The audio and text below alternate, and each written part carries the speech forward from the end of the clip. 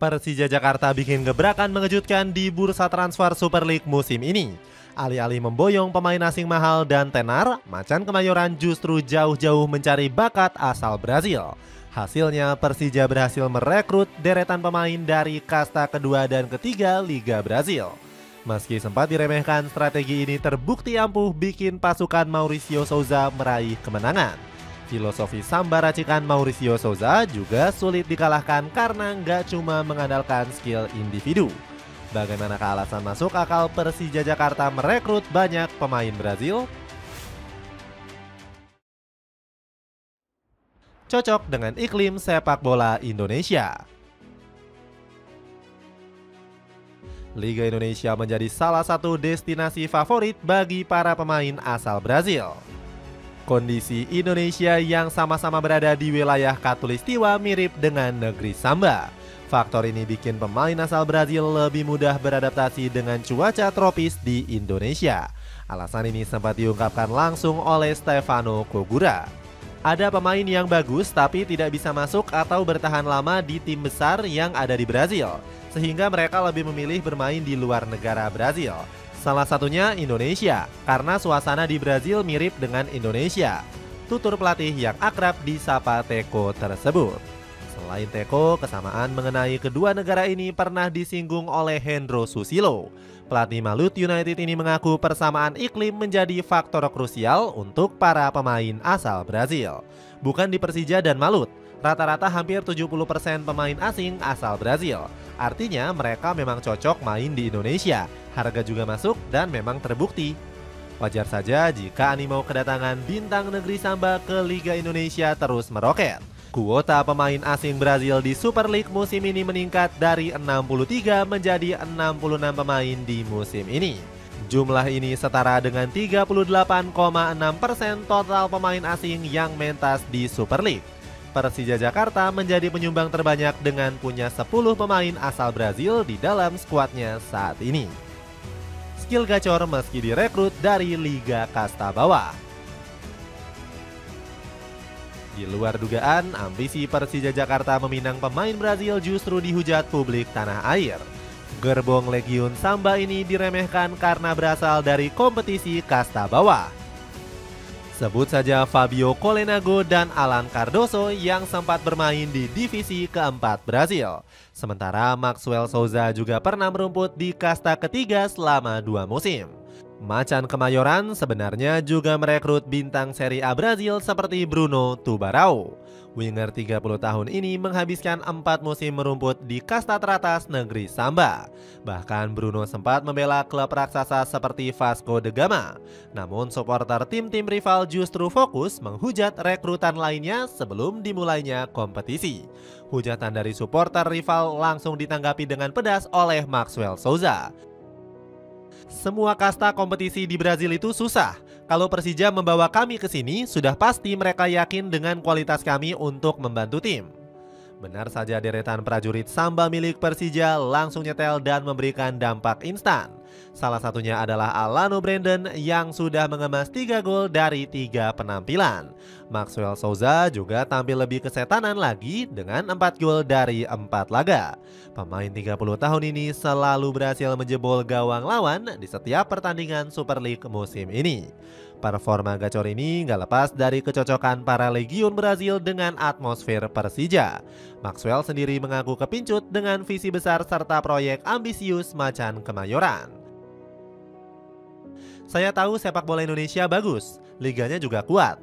Tawaran Persija sangat menarik buat saya. Saya menyukai tantangan dan ingin membantu Persija tahun ini, ujar Maxwell. Filosofi Samba yang gak melulu main cantik.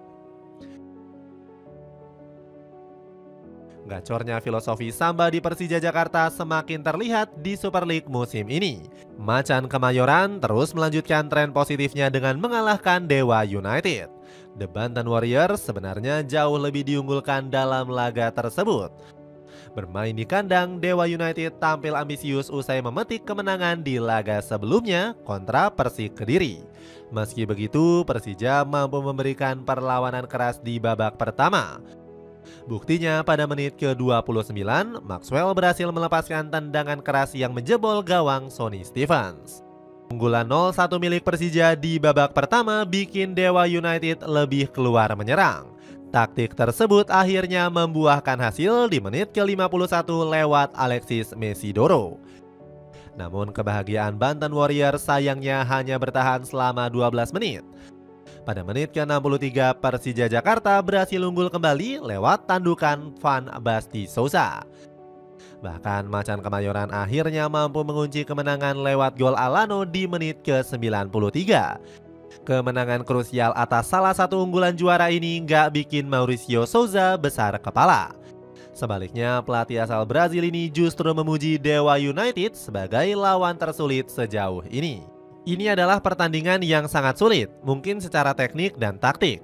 Dari 4 pertandingan yang sudah kami mainkan, ini adalah yang paling sulit. Raihan 3 poin kontra Banten Warriors memperpanjang rekor belum terkalahkan Persija. Selain itu, Macan Kemayoran juga sementara menguasai puncak klasemen Super League. Hasil gemilang ini sendiri nggak lepas dari kejeniusan Mauricio Souza dalam memilih taktik. Meski didominasi pemain asal Brazil, sang pelatih nggak ngotot bermain cantik mengandalkan skill individu. Gocekan samba anak asuhnya justru dimanfaatkan Mauricio Souza untuk meracik taktik matang.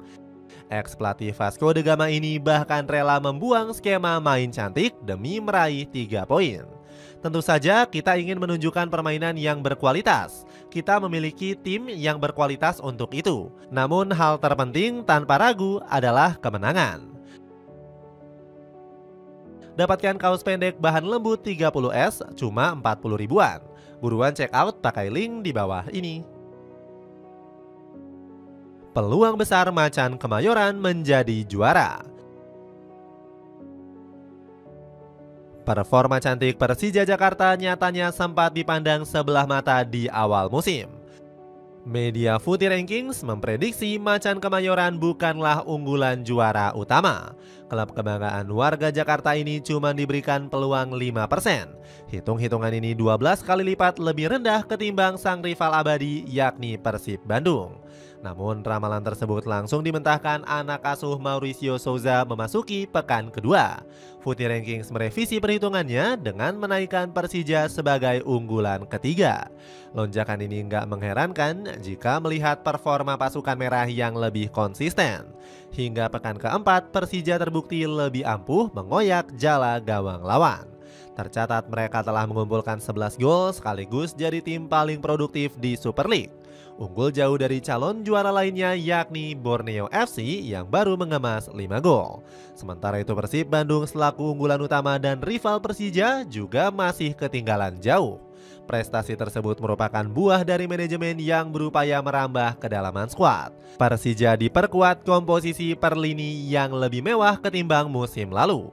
Salah satu yang paling kentara terjadi di sektor penyerangan dengan 11 nama berkualitas. Sebut saja posisi lini serang yang semakin mewah dibandingkan musim lalu. Persija dulu hanya punya Marco Simic dan Gustavo untuk menggedor pertahanan lawan saat ditangani Carles Pena. Musim ini komposisi penyerangan Macan Kemayoran lebih merata dengan 11 pemain depan.